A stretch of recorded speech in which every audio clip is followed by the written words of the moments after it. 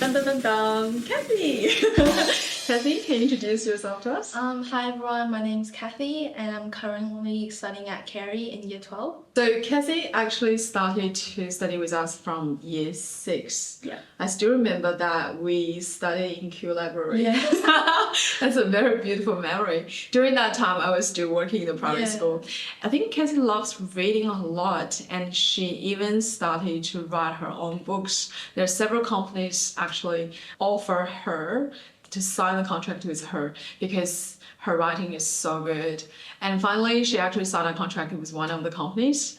And I really want to ask you, Cathy, how can you improve your English and then you even can write a book when you were in primary school or in middle school? Primary school. Primary school, Yeah. oh my god. So basically, she is a writer since she was in primary school. Can you imagine that?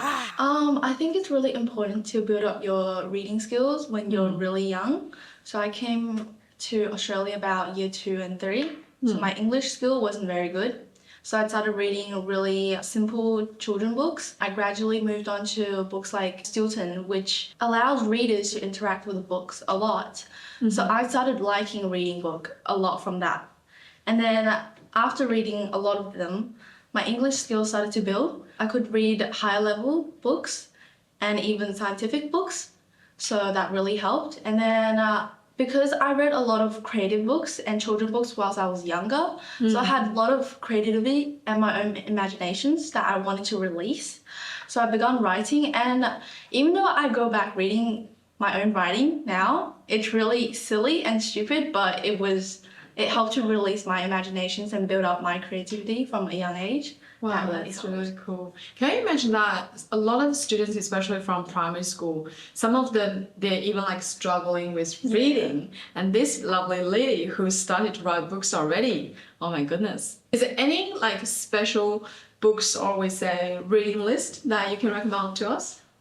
Like primary, middle school, I like Geronimo Stilton a lot, the whole entire series.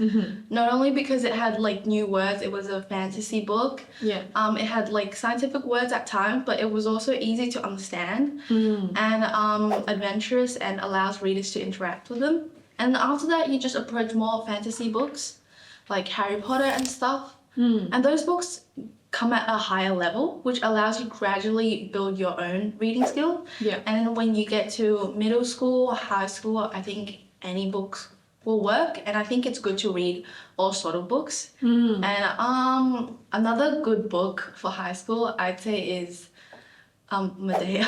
I actually really like Medea. And also Kitchen.